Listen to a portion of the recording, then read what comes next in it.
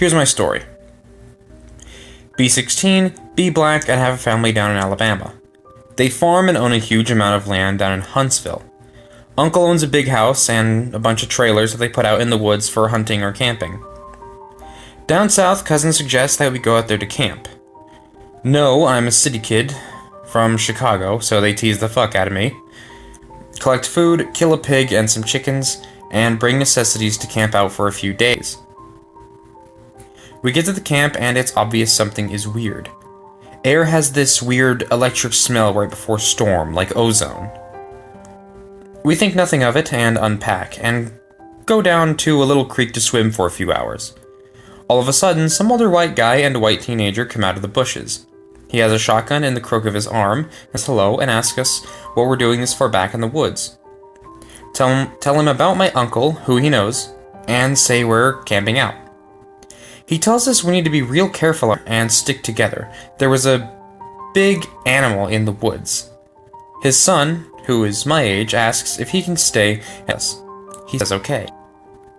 I'm going to stop green texting because the story is fairly long and the format is harder to write in. So we end up playing football. Dicking around with me, there's the white kid, Tanner, 5 of my cousins, and then 4 of their friends. In total, there were 5 girls and 6 boys. We were all around 15 to 17. We ended up dicking the day away, so we head back to camp and pull out some stuff for the campfire. Even though the trailers both had kitchenettes, Tanner says that his family's property sits up against my uncle's. He wants to run home and ask his dad if it's okay to come out camping with us. My cousin, Rooster, says he's going to go with him since it's going to be dark soon. One of the girls also wants to tag along. It's about 7 o'clock, and it's starting to get pretty dark. They take flashlights and take the trail towards Tan's property. The rest of us chill. We make s'mores, drink, and kiss on the girls. About 30 or 40 minutes later, there's the smell of ozone again. You could smell it over the smell of the fire where he had already started. This really nasty, coppery smell, like right after you've had a nosebleed and it stopped. It was exactly like dried blood. But it was that nasty, metallic, back of your throat smell. We immediately think that it's some kind of electrical malfunction, or someone left a hot plate on, or some shit. We search the trailers and nothing is on. We can all still smell it. All of a sudden, we can hear people booking it down the path toward us, and Rooster, Tan, and the girl all come running out into the clearing out of breath. And they don't even break stride. They all run into the trailer right by where the fire is. We all get the fuck out of there and into the trailers. They end up calming down. Even Rooster is crying, his eyes out at point. All the while, the fire is guttering lower and lower, so my other cousin says, fuck it, and are about to go outside to get the generator out of the shed between the trees. Tanner goes, fuck no, lock the front door. Ain't nobody else going outside. He's been crying too, and his eyes are bloodshot and puffy, and his pants are dirty as shit. He goes on to tell us that they went up to his house. His father said sure, he could go out camping, but to make sure that they were careful on the way back, and that maybe he should take one of the hunting rifles just in case. Evidently, Tanner had seen something in their yard. One of their pigs had come up, ripped up and half eaten. They assumed it was some cats or coyotes, even though they don't usually fuck with live animals. He had gone upstairs and packed his stuff, and told his dad that they would be okay without the rifle because coyotes avoid people. So they started walking back towards where we were camping. So Rooster finally stops crying and shaking, the girl already had. But she was just out the window with a dumb look on her face. He says they had gotten halfway into the woods toward the camp when they started to hear shit in the forest.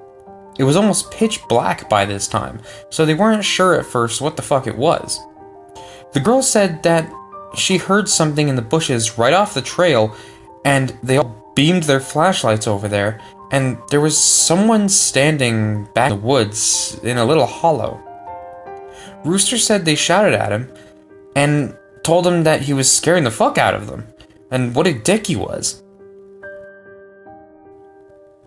He says that's when he realized that the guy was facing away from them, so they kept walking, and they start smelling the nasty coppery ozone smell. They say they look off into the forest on the opposite side, and it's a dude standing in the forest, back slightly closer to the path. So they start power walking, and Tan keeps going, I should have taken the fucking rifle. I should have taken the fucking rifle. As they're telling the story, the smell is still super strong, even inside the cabin. They said that after they started walking faster, a kind of low gibbering has started coming from both sides of the woods. And they started booking it back to the trailer. The girl said that she had flashed her flashlight out to the woods to the side of them and had seen something jerking itself in the woods. The gibbering just got louder and louder, and when they could see the light of our campfire, something had come out of the woods about 40 yards behind them onto the track, and they just flat out ran as hard as they could to the trailer. So we're out in the fucking woods, and we're assuming at this point it's some rednecks or some shit trying to fuck with us. All of a sudden, my other cousin, Junior, starts going on and on about how he went to school with a native kid, and that he was telling him about the goatman or some shit. We promptly tell him to shut the fuck up, because we don't need any spooky talk right now. But he keeps going on and on about how it's the fucking goatman, and how we're in his woods, and blah blah blah. Now, at the time, I had never heard of this goatman or any of that, but then a couple years ago, the year before I graduated from college, I had a Minim for a roommate, and I ended up asking him about it. And to sum it up, it's basically a man with the head of a goat, and he can shapeshift, and he gets among groups of people to terrorize them. It's also supposed to be kind of like a Wendigo, and it's bad mojo to even talk about it, and even worse if you see it. Keep in mind, I didn't know this back when I was 16, so my cousin is going, the goatman's gonna get in and fucking get us! The girls are all terrified, and my cousins and I are all fucking trying to figure it out, if it's just some hillbillies or if it's some animal. So all of a sudden, the smell just goes away. Like, to this day, I haven't even experienced anything like it. Like, usually smells fade away or lessen. It just literally was there 1 second, and then not the next second.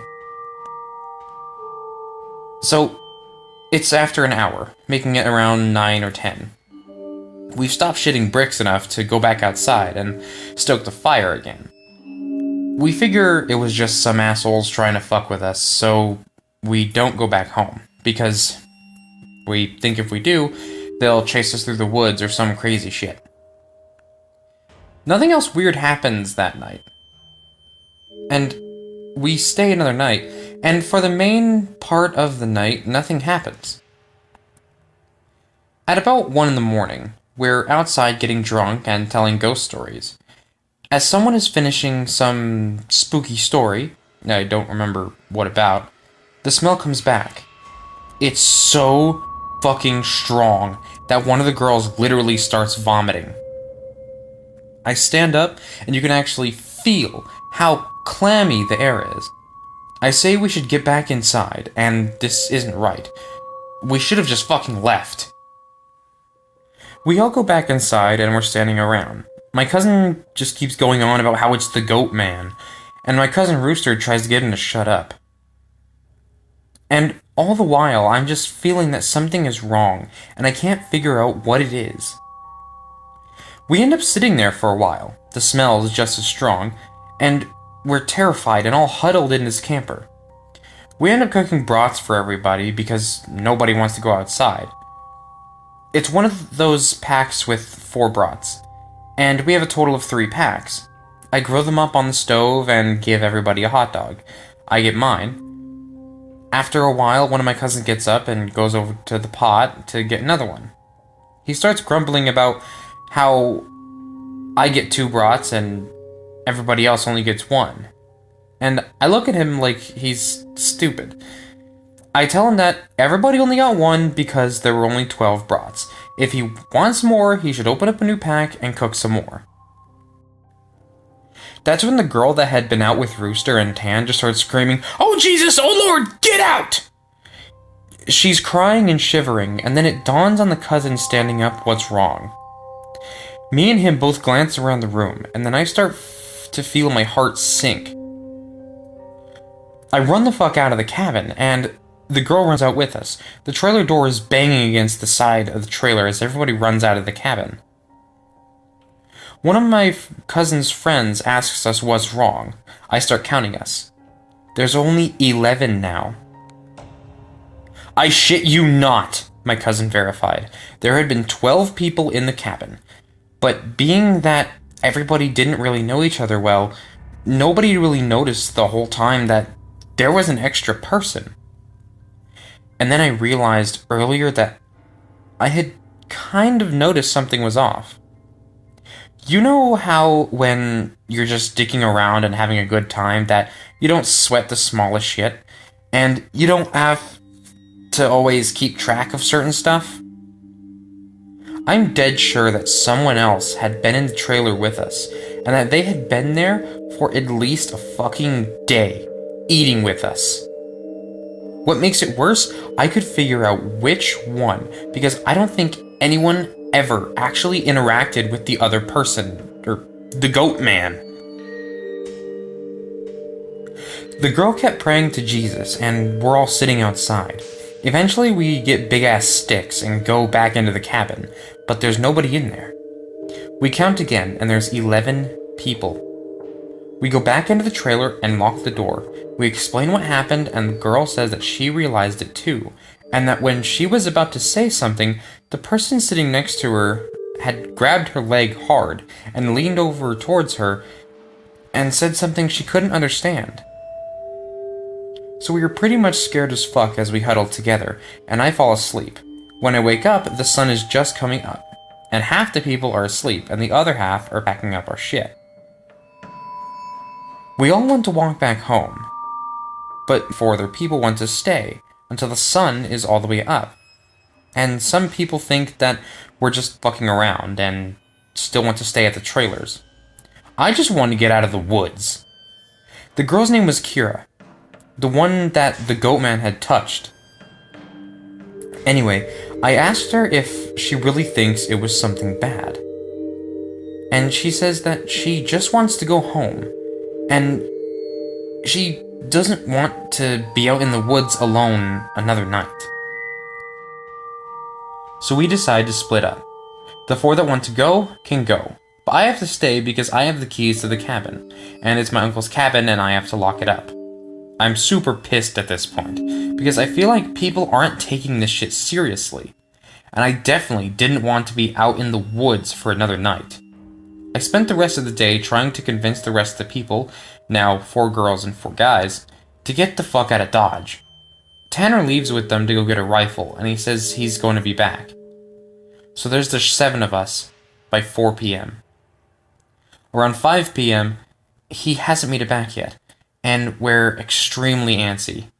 And the only reason I stopped begging them to go back was because he went to get a gun.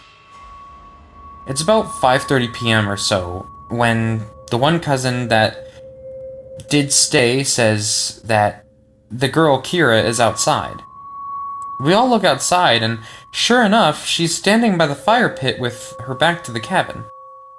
I'm thinking to myself, if she was so scared, why the hell would she come back? And then I get this nasty feeling in my gut.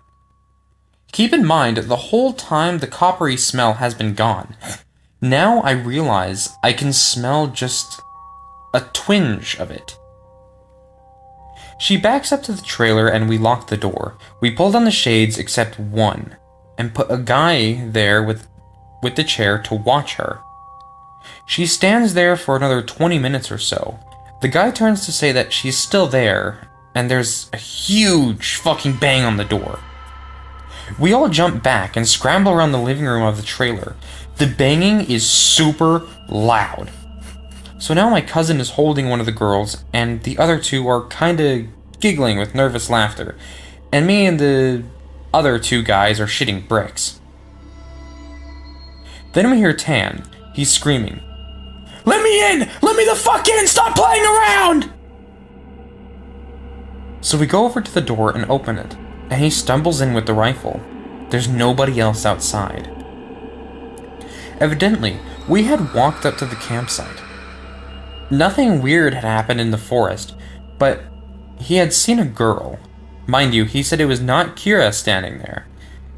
When he had gotten to the edge of the clearing, she had turned toward him with the slack-jawed look and just stared him down, slowly tracking him as he walked around the outside of the clearing towards camp. He said it wasn't till he was almost halfway to the trailer that he realized that she was getting closer to him. She had started off by the fire, and without him even seeing her move, she had been turning, inching closer. He said he just ran the rest of the way back to the cabin, thinking it would open, and when he got to the door and it was locked, he turned, and it was about half the distance to the door. He looks around the room and gets super pale. He pulls me to the side and whispers in my ear, "You know, there are only 7 of us in here, right?" I get that feeling where your stomach drops into your nuts. It had been back inside the trailer while we were sorting out who was where. And then, when we all went outside to talk earlier that day, it had just slipped back in. We looked outside the window, and there was nobody there. So we recount everyone, and then basically, I go over and ask how many people had been here earlier, and everybody says 8.